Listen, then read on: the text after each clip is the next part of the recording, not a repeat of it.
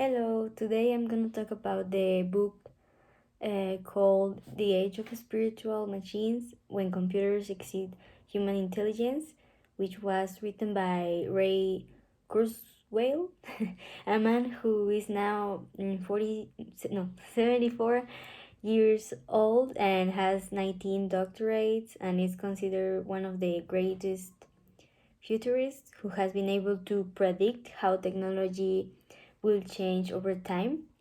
And that's one of the things that impressed me the most.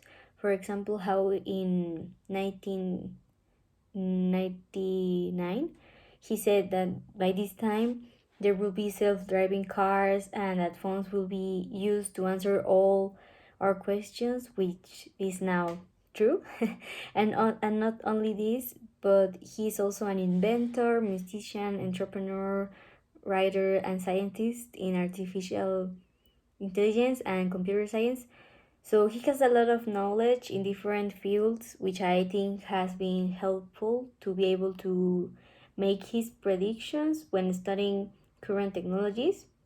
Another interesting thing is that he has made 147 predictions with a success rate of 86% since 1990. So I think that's sick. But well, now talking about the book, the truth is that the first part, I think that was the one that I understood the least, or was the more difficult to read, at least for me, when he talks about the theories and explanations of how the universe arises.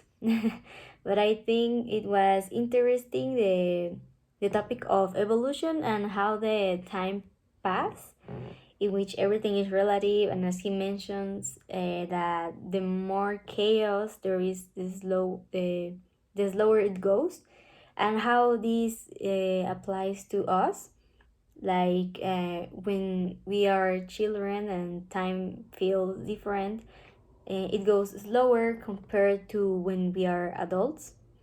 Maybe I didn't understand 100% the logic behind it, but from experience, I think it makes sense. And also, something that I had not thought about it, about the part of evolution, why only we, human beings, have been able to evolve. And this is in part due to the to being able to register or save what we have learned with our genetic code. uh, we can, like, save all the progress we have made, like, while other species remain static. So I think it makes sense to me. It makes sense to me, and it is fundamental to have a record. Otherwise, we will have to repeat the search for solutions to problems that have already been solved. Also, when I was when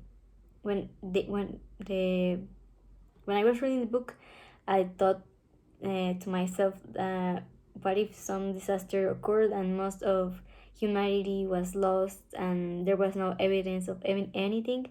Should we should we start from the beginning with only the genetic data we have? Uh, should we have to repeat all the process? And it was like a boom in my head. And well, and how this all of this relating to the time and evolution, how technology is related to this, and how technology has accelerated the process of evolution.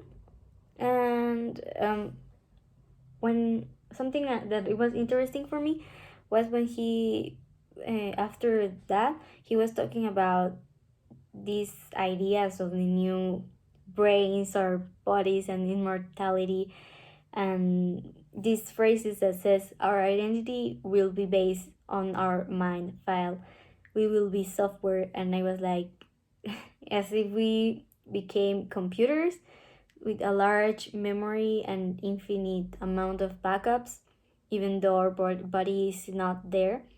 And I imagine myself as as in the movies or animes and series that deal with that. I picture myself like in a capsule or boot. I don't know. I think it's capsule, asleep. And while we age, we are living in another reality. And I don't know. That looks for me. That looks so far, and I don't know if I I want to experience that. So that kind of made something inside me. I don't know if it was good or bad, but I kind of didn't like the idea.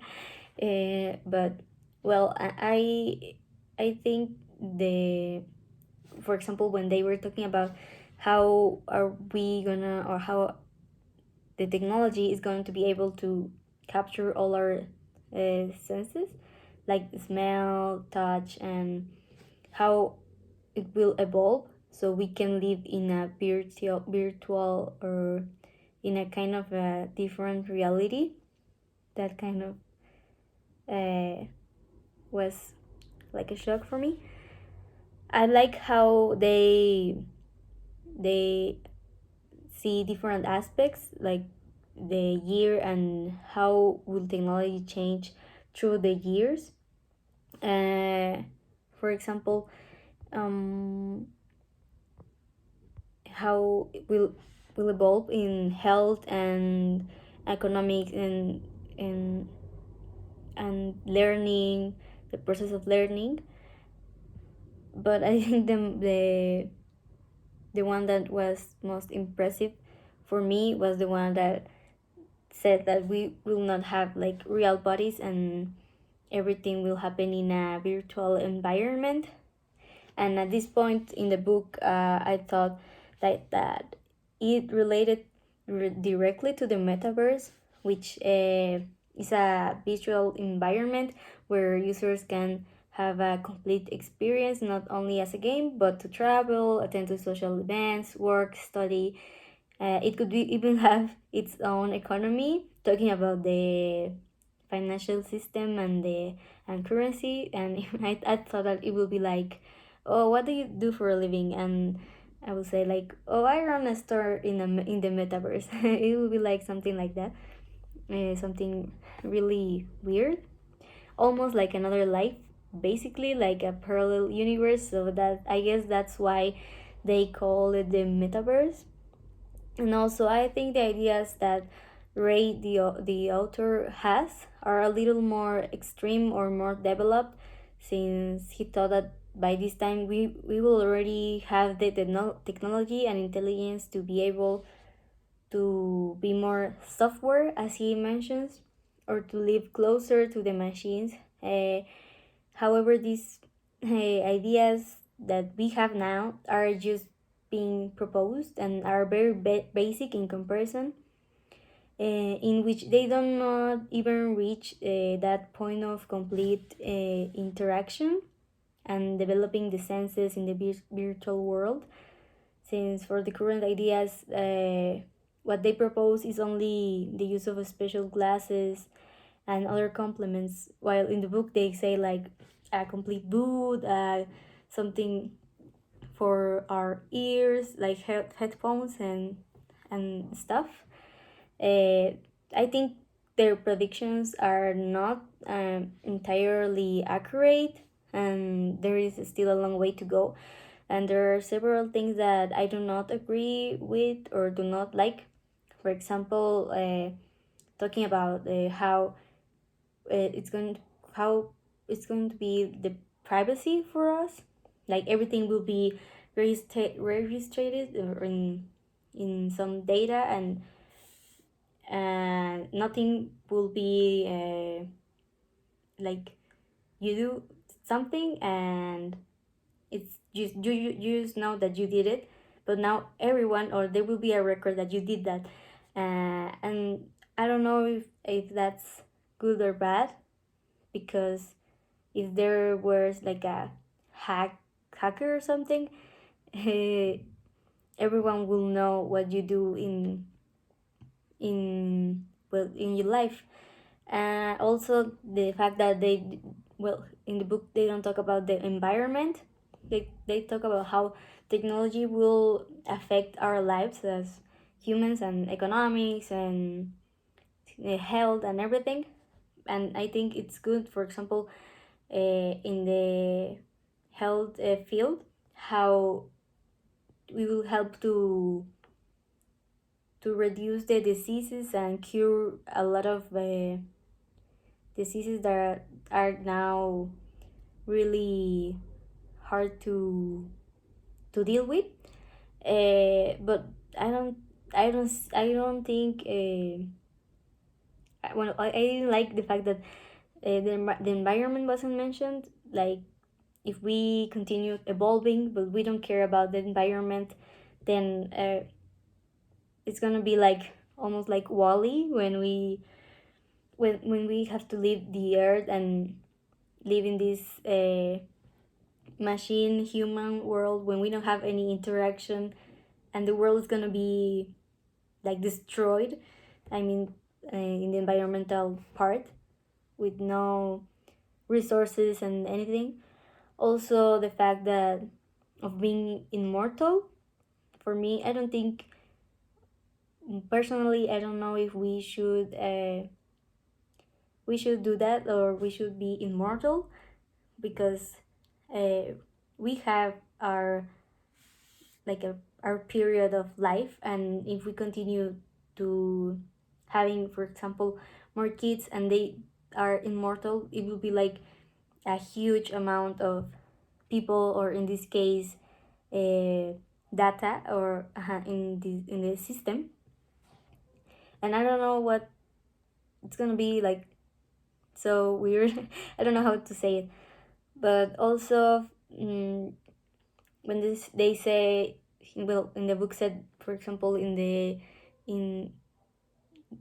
year 2019, for example, he said that the for example, in the studies, the teachers will be starting to disappear, and it will be like the virtual teachers, and there will be almost no contact in the future with people. It will be like human and machine. And I think we need that. We need that interaction.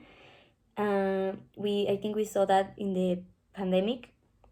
Even though we have the technology to attend to classes, for example, via Zoom, and not having the interaction with people, I think that's not the ideal. We saw that we get distracted, and it's a little bit depressing or lonely, in my opinion. So I will say that I am not against progress and innovation of technology, but I do think we have to keep our sensibility, our essence of what makes us human, and this interaction I was talking about.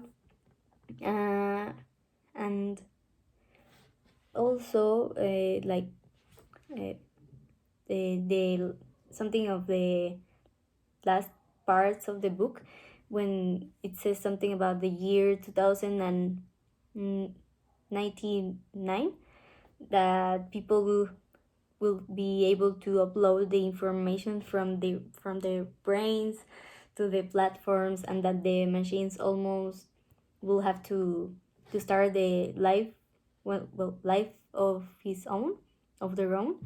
I thought that I wasn't sure that I wanted to live, or I would like the future generations to live in a world like that, that we are going to become machines. And I don't know if that's really good. And another topic I forgot to mention that I didn't like agree or like is that it doesn't consider people that doesn't have the resources, or has been able to reach technology. So I don't know what or how do they see them in this like kind of a new world or perspective.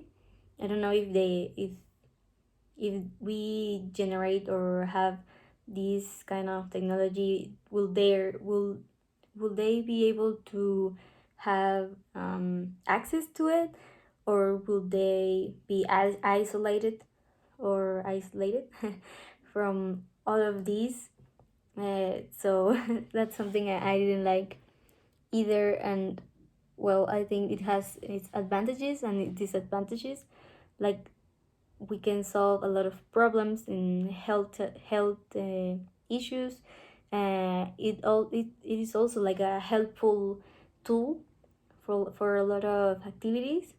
And we could see like people that are far away. For example, if I have a friend from Japan, I can talk to him, and I can like uh, share a lot of experiences with him or her. But I think there are a lot of disadvantages, as I mentioned before. For example, in the book they mentioned something about if they could do like a virtual rape or something. And I don't think that for the fact of being virtual and not having a physical consequence, or that is not real, it's okay to do it. So I think this kind of technology will will uh, make able people to do some bad stuff that they shouldn't do, because that happens everywhere. uh, so I think we should think about it and do things right. I don't know how to say, uh, but think a lot about it, and see if that is what we want. Uh, and well, the book concludes with this dramatic section on the relevance of intelligence to the universe. And by this time, I was very confused, but I think it made me think a lot and broadened my perspective. So I think it was like a really good book to think about a lot of things, and I like that. Thank you.